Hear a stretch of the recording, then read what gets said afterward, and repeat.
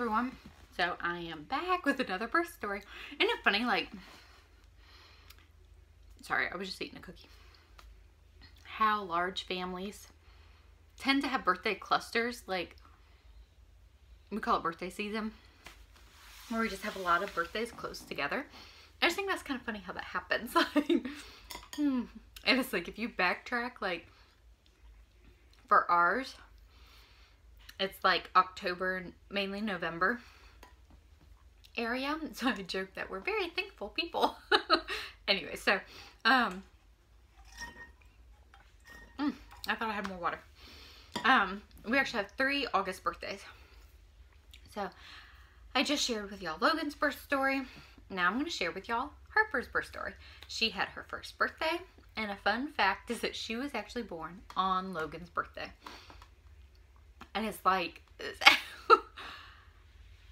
in a large family, I think that us moms try so hard, and I'm sure even in smaller families, I'm not trying to sound, we try so hard to make our kids' day, you know, make them feel special, make them feel, can't think of another word, special. And it's like their one day a year that they get all to themselves. And now Logan has to share it. And he was 4 when she was born. So he's not going to really remember, you know, birthdays without her. Which is, I guess, a good thing. So, anyways, I actually have already filmed Harper's birth story a year ago. It is one of the first videos that I have done for my channel. So I will link that here if I remember. Hopefully I remember. And if y'all are interested, you can see, because I think I have her in the video, so you can see her as a little baby and all. So this one won't be near as long as Logan's. Basically, again, I was considered, so Reagan's pregnancy and Harper's were the only ones, and this one, I'm considered high risk. And it's just so that the doctors can put in notes so that I can have those last trimester ultrasounds without a fuss, because people like to fuss at me for it. So anyways, trying to think of when they start. So I have the 20-week ultrasound, and then I have it once a month after that. And I also do a biophysical profile. So Harper's, everything was actually going smooth sailing. I was measuring great. Fluid levels were great. And I only will see my favorite OB. If you listen to Logan's birth story, you know why. And this was actually a new practice for me, so I don't know any of the other doctors in the practice, and I will only see her. And I even have had the nurses say to me, you kind of need to see some other doctors. I'm like, no, I don't. And my doctor has told me, you know, don't worry, I got you. Like, she will be there, excuse me, for the birth. And she kept reassuring me this with Harper. She just knew everything that I had been through, and like I said, she's just amazing. So I think that y'all will get this at the end of my birth stories, is that I really like my doctor. So I had another ultrasound. I'm trying to think of when they like started. I started having them every week, probably from 34 weeks on. Again, everything was perfectly fine, smooth sailing. And my 36-week ultrasound, I had to see a different OB, and it was a male OB. I don't really like seeing male doctors because I'm just more comfortable with a woman. And then he talked to me about the results of my ultrasound. He's like, everything's great. He's like, and, you know, just amazed that I've had so many babies and, you know, haven't really had any severe complications and blah, blah, blah. And then he, you know, was like, well, schedule your next appointment for a week. And I was like, well, I'm also supposed to have another ultrasound. He's like, no, your fluid was great. There is no way that it'll go down in a week. I'm like, why am I here again? And I was like, do you know how many times I've heard that? So I didn't cause a fuss. Like, I just, at the front desk, whenever I'm making my appointment, I just said, I need to talk to Dr. Mooney for 5 minutes before I leave here. I said her name. I wasn't supposed to say her name. So I just asked to see my doctor. And they kind of looked at me and said, tell her Jessica Fields is here. I know that she will want to see me. And I said, and I will gladly sit and wait for as long as it's needed. And I waited for probably 20 minutes or so. And my doctor came out and I told her, and she said, okay. So she told the front desk to schedule her for an ultrasound next week. And anyway, so, I just found that that's easier. And even my doctor has told me, just do that from now on, because instead of me getting so anxious and upset and blah, blah, blah. Anyways, and I'm like pleading my case, like, doctors, like, listen to me. So anyways, they're checking me for low amniotic fluid, in case you didn't watch the other videos. I said that this wasn't going to be long. I'm obviously in a very chatty mood today. So at my 37-week ultrasound, there was a dip in fluid. And it was like at a 6, I think it was.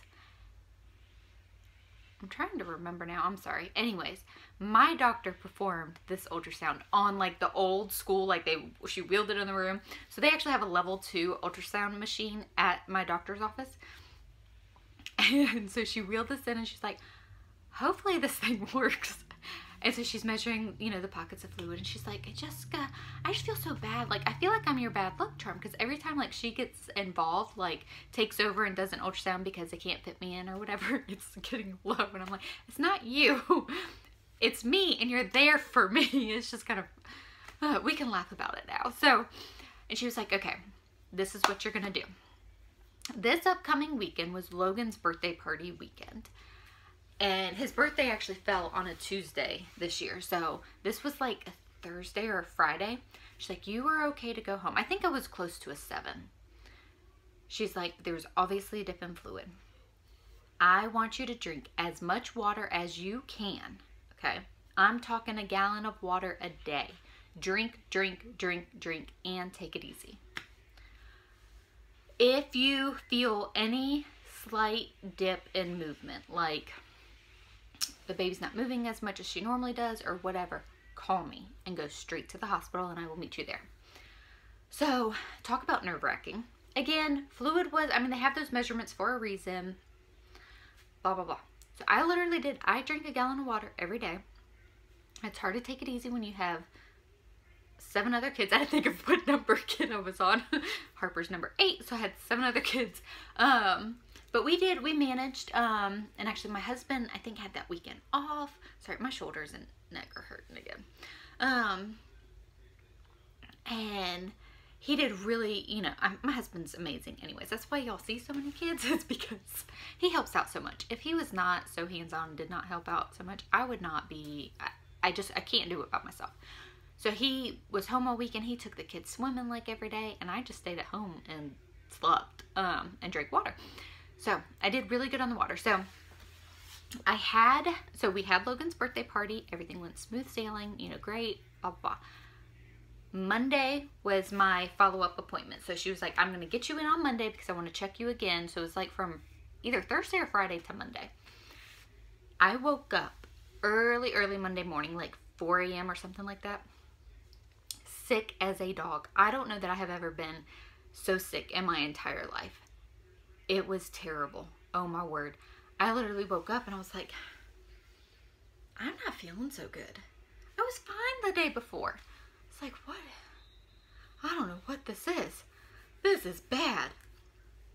So I went, and TMI, I don't like sitting over a toilet whenever I'm sick. So I'm like a little kid and I get my bucket. And so I have my bucket and I'm just like, oh, I'm just, okay, I don't want to give y'all too much information, for sure. I was sick, and I kept getting sick. And I just knew. I mean, with the amount that I got sick in such a short period of time, my doctor's appointment isn't going to go very well. Fluid's going to be low. I just knew it. I'm going to be dehydrated. They're going to admit me. Thankfully, I think Nathan called in. He did. He called in to work because I was so sick. And I was able to get one of my really good friends to take the kids. And I had texted my doctor what was going on. And she said, okay, well, you have your ultrasound. And I was seeing the ultrasound tech before my doctor. My doctor was actually at a different location this day.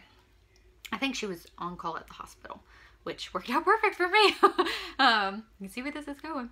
So the ultrasound tech did the ultrasound, and I was like 5.2 or something like that. So she was like, well, when it's this close, we have to call your doctor and see what they want you to do. So they called my doctor and they said, well, I actually had an appointment with my OB at the hospital that day at like 4:30 or something crazy like that. It was a later appointment. And so they said, you're okay to go home for now, because I was so sick too. They were like, just go home and rest and, go to your doctor's appointment. Call your doctor if you have any issues. And I was just miserable. The kids, so Nathan and all the kids sat in the van during my appointment. I think he actually took them to a park around the corner. Anyway, so he had promised the kids Chick-fil-A, but we weren't gone that long. I'm sorry. Nathan brought the kids with us to the appointment because we weren't sure what the outcome would be. It was after this. So, and we live like 30 minutes from my doctor's office. And Nathan had promised the kids Chick-fil-A for lunch. And I was like, Nathan, I hate to ask you to do this. We don't have a Chick-fil-A super close to our house. It's like, you got to take me home. I cannot sit in the van while y'all are in Chick-fil-A. And I certainly can't go in Chick-fil-A. So he brought me home. I literally just got out of the van, like stumbled in the house. Nathan left with the kids. And I get in the house. And I hadn't gotten sick in a few hours, but I was very, very nauseous and very, very weak. And as soon as I stepped into my kitchen, I just got sick all over again. And I got sick so bad that I gushed fluid. And I was like, oh my word. Did my water just break? Or did I just pee myself because I was throwing up? And I was very embarrassed. So I was so upset. I'm crying. I'm bawling. I called Nathan and I said, I think that you need to come back. I just said, you need to come back home. So he turns around. He comes back home. He left the kids in the van with it running, with the AC on. He comes inside and he's talking to me. He's like, are you okay? Like, what do you want me to do? And I said, we've got to find someone to take the kids. I just know that I'm going to have this baby today. And he said, okay. So he made arrangements with a friend that I had mentioned before. I was like, well, I think that we have some time. This is like a true mother here. I was like, go ahead and go to Chick-fil-A, get the kids their food, and take them, to our friend's house. So that's exactly what he did. So basically, he just came back to talk to me. I went and cleaned myself up. I called my doctor, and I told her, what was going on. And she just said, okay, you just get to see her as fast as possible. And I was like, okay, it's probably going to be another hour or two. So that's what we did. I think I got there at like 2 o'clock instead of, my appointment was like at 4:30. So she comes and sees me and she's like, okay, I'm so sorry that you're so sick. She's like, I want to redo your ultrasound for you because there was some contradicting stuff that the tech wrote down and from what the tech wrote down to what she said to her. She said, I just need to see for myself where we're at. So she redid the ultrasound and I was like at a 4.5 on the fluid level. And I was like, okay, we're having this baby today. And she's like, you're having this baby today. She's like, I am so sorry because I was so sick. I was like, doctor, I'm so hard not to say her name. I was like, I don't think I can do this today. I feel terrible. I don't have the energy. I am exhausted. I said, can we just admit me and let me sleep? She's like, no. And I'm like, I still don't understand why. Like, why? Just admit me and let me sleep, please. So, anyways, they admitted me, and it took a little bit to get the Pitocin and all that. And they gave me some Zofran and an IV, which helped. Like, I was no longer getting sick, but I was so weak. Yeah, I was so weak. I did not have labor and delivery in me, let me tell you.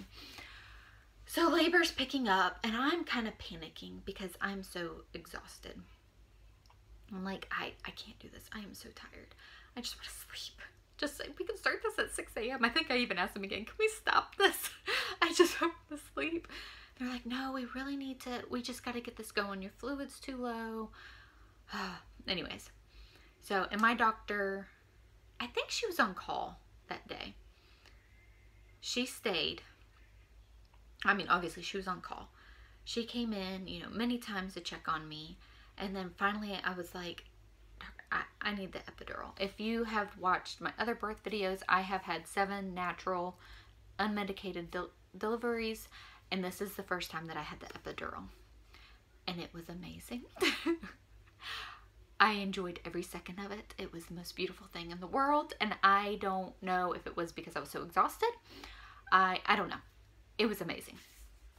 So, and I am all for natural deliveries. I had great, wonderful, amazing natural deliveries, but I needed this at this time. And even my husband was like, are you sure? Like, you had said that you never wanted this, da, da, da. And I was like, if you ask me if I'm sure one more time, you're not going to be happy with what comes out of my mouth, because I was just done. I didn't. So to have my natural deliveries, I'm closing my eyes because like I go into what I call my come to Jesus labor coma. And I just lay there and I'm just kind of meditating on the Lord and praying. I did not have that in me. I didn't have, I mean, I had Jesus, but I did not have that Zen place that I needed to be. And it just wasn't going to be pretty. So anyways, the anesthesiologist came in rather quickly, and apparently compared to what other people's experience was, I had a fabulous experience, which I was very nervous about, which is kind of why I've avoided an epidural. He came in and it was like immediate relief, and it was like enough. I could still move my legs, not like I couldn't get up and walk, but I had full range of motion in both of my legs and it was perfectly fine, and I felt much better. So I'm like texting my best friend and some other friends. Actually, I was texting them before I got the epidural because I was just like telling them what I was feeling. And I mean, Nathan's wonderful and he's there for me, but I needed a woman. I needed a friend that had been there before to talk to me. And I have a really good friend who's had, I don't know how many natural deliveries she's had. She's had 7 children, but she's had the epidural. And I was like, you got to tell me what I need to do. I just can't do this. She's like, Jessica, just get it. You will be fine. Everything will work out. Everything will be fine. So anyways, and then that's my really good friend, and then my best friend that lives in Georgia. She was telling me, Jessica, just do it. Just do it. So I did. Anyway, so I texted them, I got it, and I feel great. And so I was like, the epidural comes with this button thing. Okay, this is all new to me, y'all. Like, I don't know this stuff.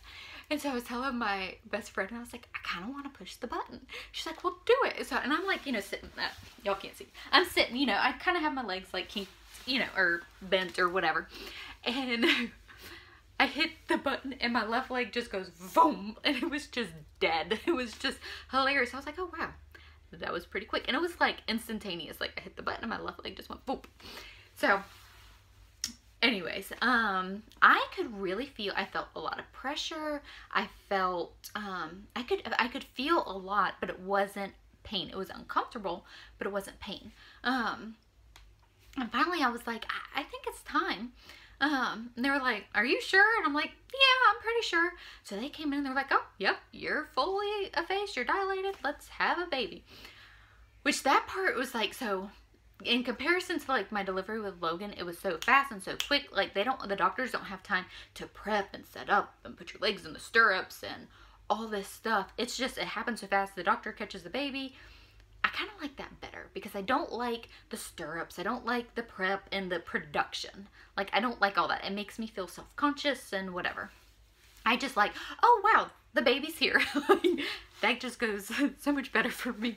I'm actually very self-conscious, like, about stuff like that. I'm not, you would think after so many babies I wouldn't be, but I am. So anyways, but she was, like, a very easy delivery. I didn't have to push very many times. And that's something that I was nervous about with the epidural. How's this going to feel? Everything went great. And then she came and she was here and it was wonderful. Now the hard part for me was the recovery. I did have a very easy recovery. I didn't have any side effects from the epidural. I'm just used to, we clean the baby up, clean me up. And as soon as I'm kind of stable, excuse me, I go to the bathroom and I take care of myself. This, I couldn't, obviously. My legs were numb. So that was kind of weird to stay in bed for another overnight. It was in the morning that I got up and took a shower. Normally, I already have a shower. I always have the nurse tell me, you can't take a shower yet. And I'm like, watch me, I'm taking a shower. So anyways, it was a great experience, especially for my first epidural. So that is the story of Harper's birth. She showed up. She was amazing. She was wonderful and beautiful. And they laid her right on me, all goopy. And I haven't had that with all of my babies. So I really enjoyed that time with her. It was just very sweet. And actually, I had asked for delayed cord clamping.